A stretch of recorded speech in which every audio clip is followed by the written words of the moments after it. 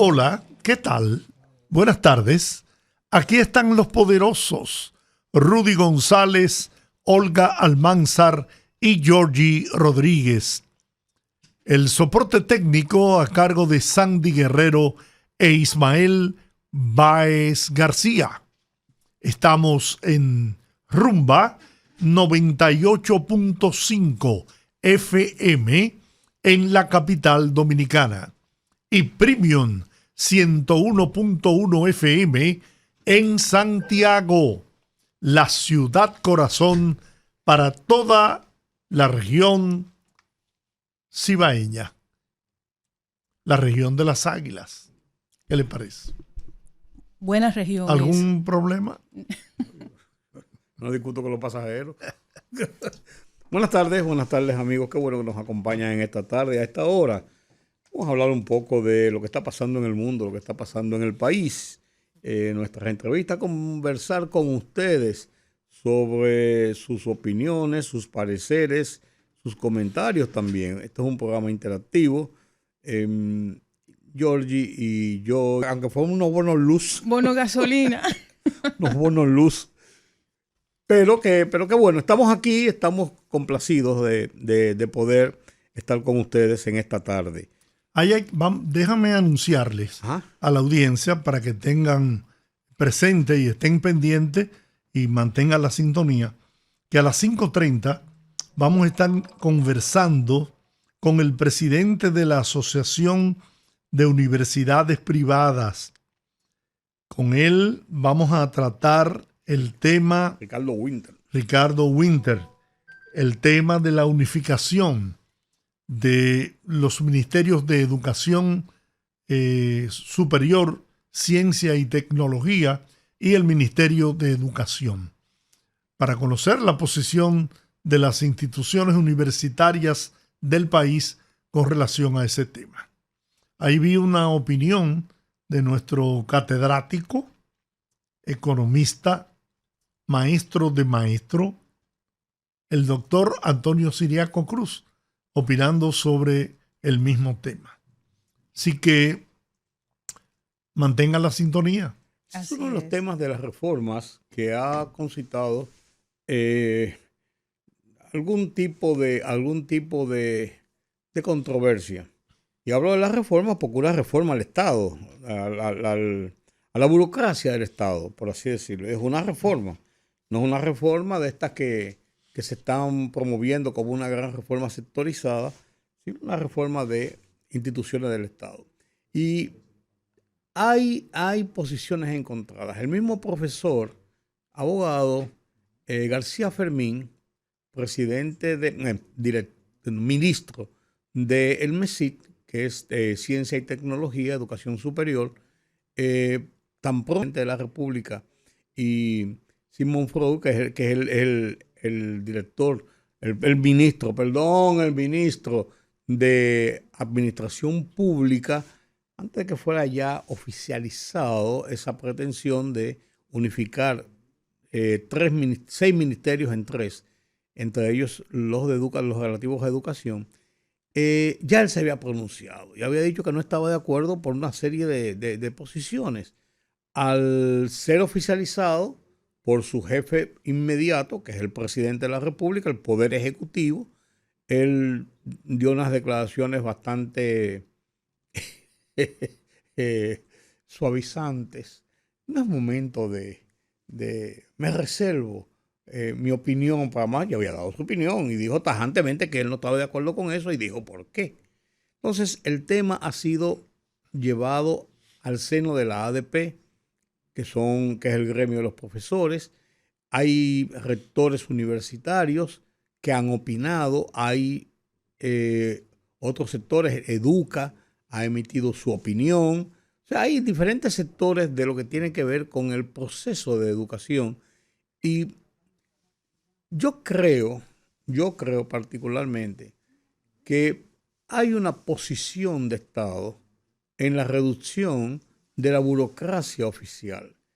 Dice un informe del Fondo Monetario Internacional, desde el año pasado lo dijo y lo repitió ahora, aunque un poco más por encima, y lo dijo la CEPAL también, que el Estado dominicano es muy grande en relación al manejo de sus instituciones, al manejo de su población, que podía ser un Estado, no dicen que es pecaminoso, que es malo, sino que podía ser un Estado mucho más pequeño y más concentrado, mucho, claro, por eso mucho más económico y más manejable.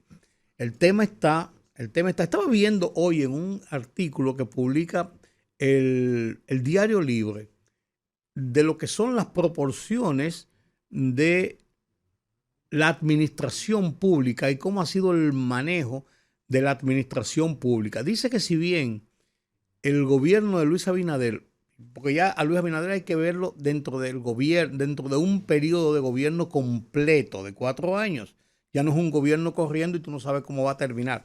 Ya hay un periodo que tú puedes evaluarlo frente a otros periodos anteriores. El aumento de la nómina del Estado fue de apenas un 11.63% en los 4 años. Y dice que es de las menores que ha ocurrido del 2004, me parece que es a la fecha, que habla el estudio. Es un estudio de Tesorería de la Seguridad Social. Ellos son las personas que más pueden medir la empleomanía formal porque todo tiene que pasar por el pago de la tesorería de las personas que están oficialmente inscritos como empleados regulares. Ellos dicen eso. Sin embargo, dicen que los 4 años es uno de los que más ha aumentado el monto de la nómina. Por los aumentos de salario, por los reajustes de salario, por una serie de situaciones. Si bien no ha aumentado tanto y se queda en 630,000 aproximadamente, yo lo tengo por aquí, también debo tenerlo por aquí, unos 630,000 los empleados actuales que hay en la administración pública, un aumento muy como del 20%, como del 11%, 11.60 y pico por ciento, lo cual es interesante ese cuadro porque muestra realmente el por qué el gobierno está empeñado en la reducción de la burocracia del Estado y por qué el presidente decía que no es hacer un Estado, un gobierno más chiquito, una administración más chiquita, sino más eficiente. Y yo creo que ahí anda de lado de la mano las dos cosas, porque si tú andas en una oficina de la administración pública, la gente anda topetándose en los baños y en los pasillos, sin tener mucha cosa que hacer, porque está cubierto gran parte de lo que es el trabajo de esa dependencia. Eso no es bueno, pero tampoco es bueno para el gobierno tirar gente a la calle, dejarlos desempleados. A mí me da curiosidad, don Rudy, ¿qué harían en el caso, por ejemplo, de 2 ministros? ¿Quién va a pasar a ser un viceministro? No, esa es la pregunta de los 64,000. Ay, me la va a preguntar a mí. No, pero pregúntale a Simón Freud.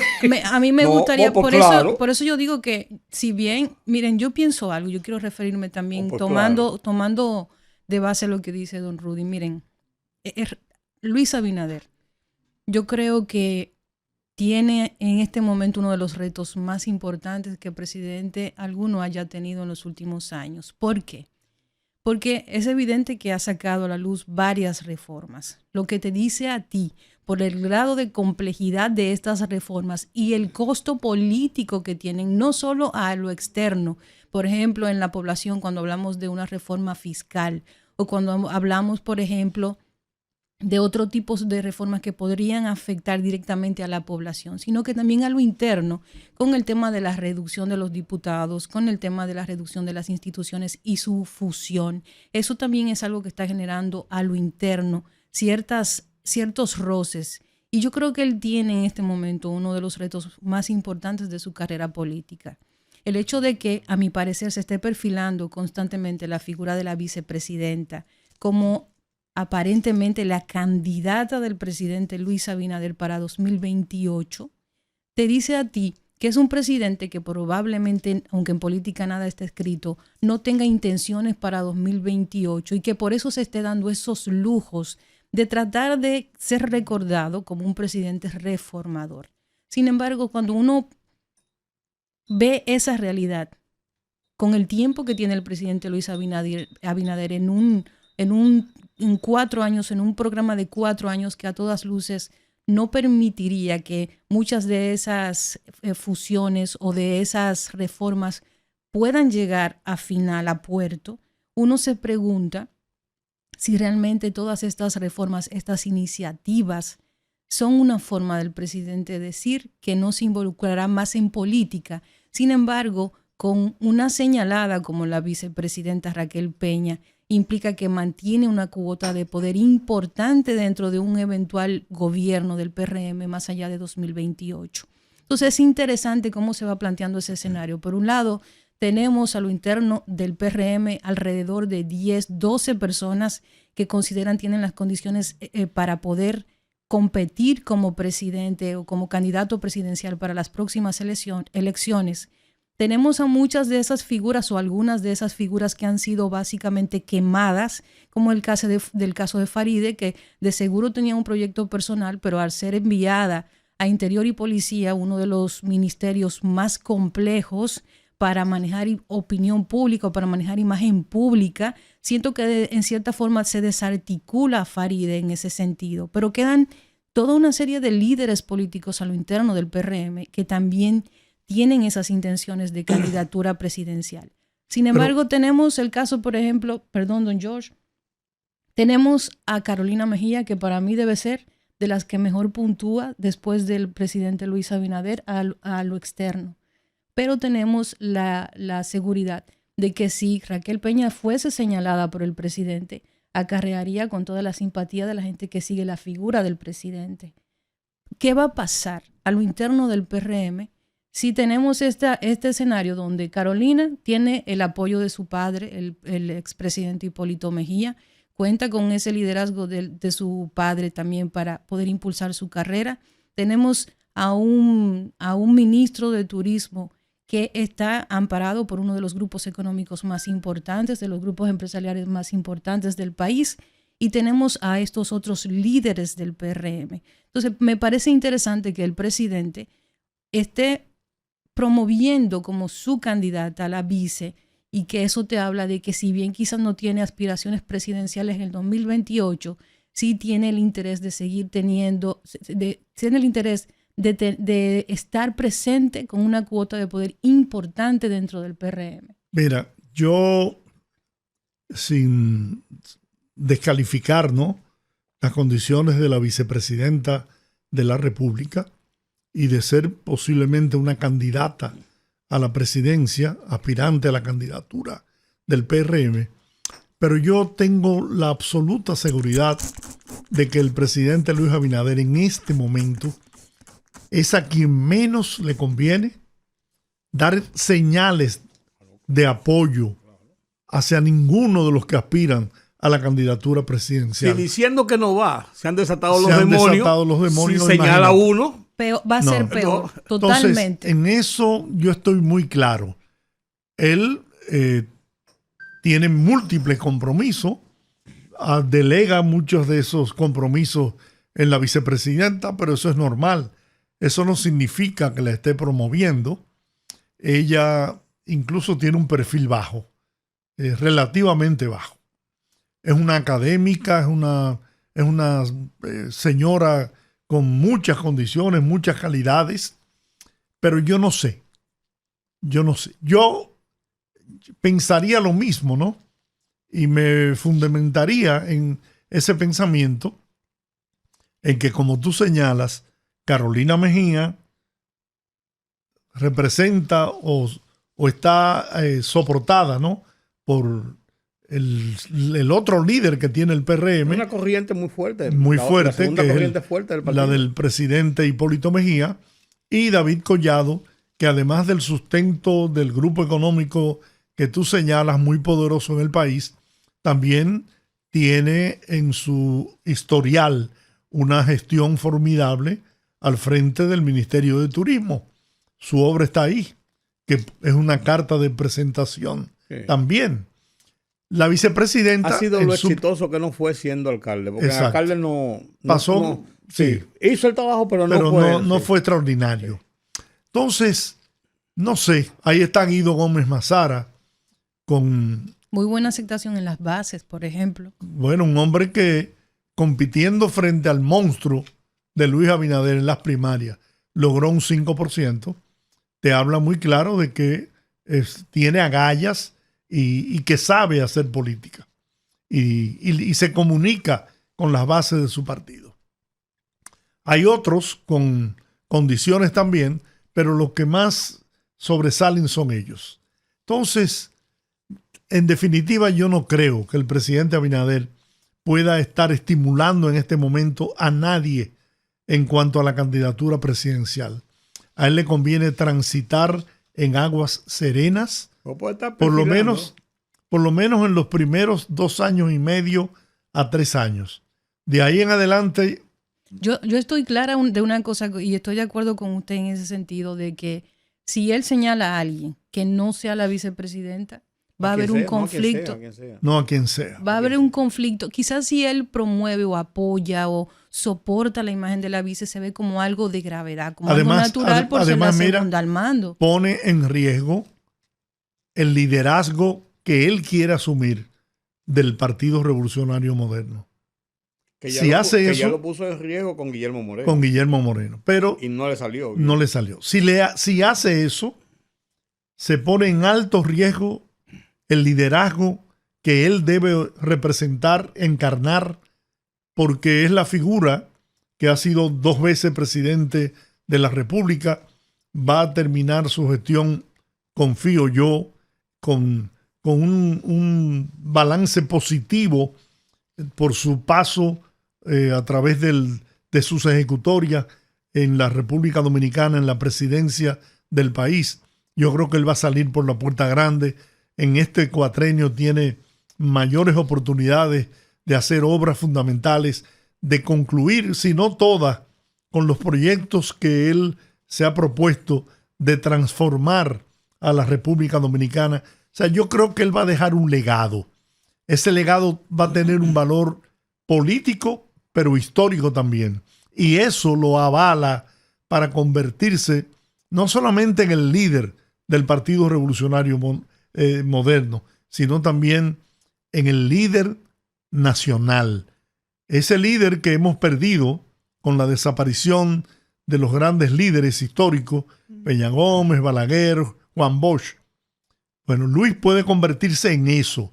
Y voy más lejos, ¿eh? Yo creo, de hecho, que él está persiguiendo eso que usted está pensando. Yo pienso que todos esos movimientos de tener una opinión en relación a temas que son multilaterales, que son de política internacional, que son de geopolítica, esos espacios, esos ambientes internacionales, esos foros, yo creo que esa iniciativa con esa declaración conjunta en relación con el tema de Venezuela, yo siento, no es una afirmación, que es algo como una meta que tiene el presidente de convertirse en una figura no solo en República Dominicana, sino a nivel de la región. Ahora, déjame decir una cosa. Los expertos en liderazgo, y yo leo mucho sobre ese tema, porque yo manejo mucho dentro de parte de mis trabajos, solución de crisis y ese tipo de situaciones, establecen claramente, y todos coinciden en eso, casi todos, en que los líderes se forman no en las buenas. No, en las malas. Porque en las buenas, cuando tú tienes un país que te responde, cuando tú tienes unos éxitos que se van alcanzando, tú vas formando un nombre y vas formando un liderazgo. Ahora, cuando los líderes se forman para los pueblos, es cuando enfrentan las crisis y sobresalen en las crisis. Estudiando cualquiera pasa, como dice usted, ¿verdad? No, porque ahí es que esa pintura es bueno, dura. ¿Tú me entiendes? Él tiene esa parte, que fueron los primeros años de gobierno. No, pero él no tenía, no ha tenido una crisis. Bueno, la crisis de la pandemia fue una crisis generalizada. No, y él lo hizo bien. Yo no quiero decir con eso que él no lo ha hecho. Lo que te quiero decir que cuando le pudiera venir, ojalá que no se forme de esa forma ningún líder, porque no queremos una crisis en el país. Nosotros no hemos vivido en los últimos años de ninguna gran crisis.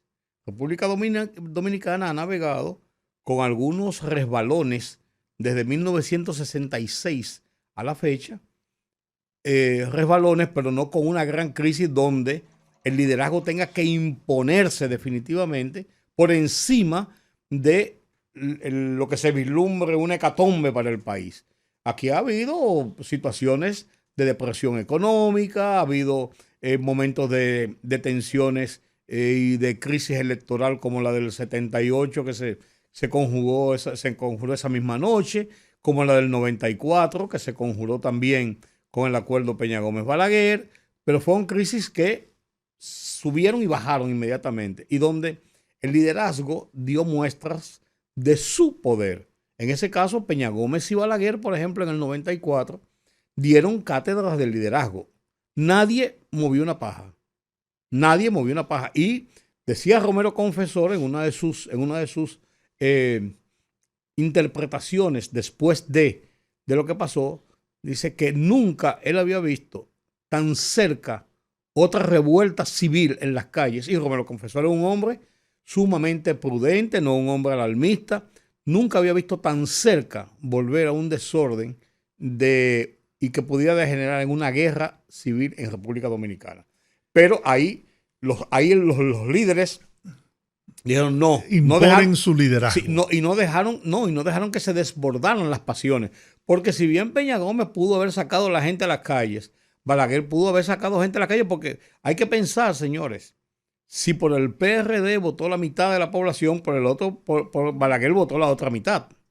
Y Balaguer estaba, por ejemplo, en la posición que nosotros vemos en Venezuela, estaba en el poder, en el ejercicio del poder, con unas fuerzas armadas bastante consolidadas en su favor. Eso hubiese sido una desgracia lo que hubiese pasado. Entonces, por suerte, nosotros hemos navegado a lo largo de todo esto, en el 19, los amagos de Danilo Medina, de la reelección, porque no pasó de unas manifestaciones y le doblaron el pulso. O sea, no pasó a crisis. Entonces, eso es interesante. El accionar de Luis Abinader en los últimos tiempos me da a mí la impresión, porque es una impresión, no puedo asegurarlo, de que también él está esculpiendo un liderazgo a nivel internacional, quizás con miras a poder llegar a un organismo internacional. Y lo está avalando esto el liderazgo de los Estados Unidos, el presidente Biden, el secretario de Estado Anthony Blinken han resaltado el liderazgo continental del presidente Luis Abinader. Ha sido invitado incluso a tratar el tema de la crisis del Medio Oriente. A mí lo que me preocupa de ese perfil que aparentemente uno pudiera interpretar que tiene el presidente Luis Abinader es que yo siento que muchas de las decisiones que se están tomando en este cuatrenio tienen que ver con ese proyecto.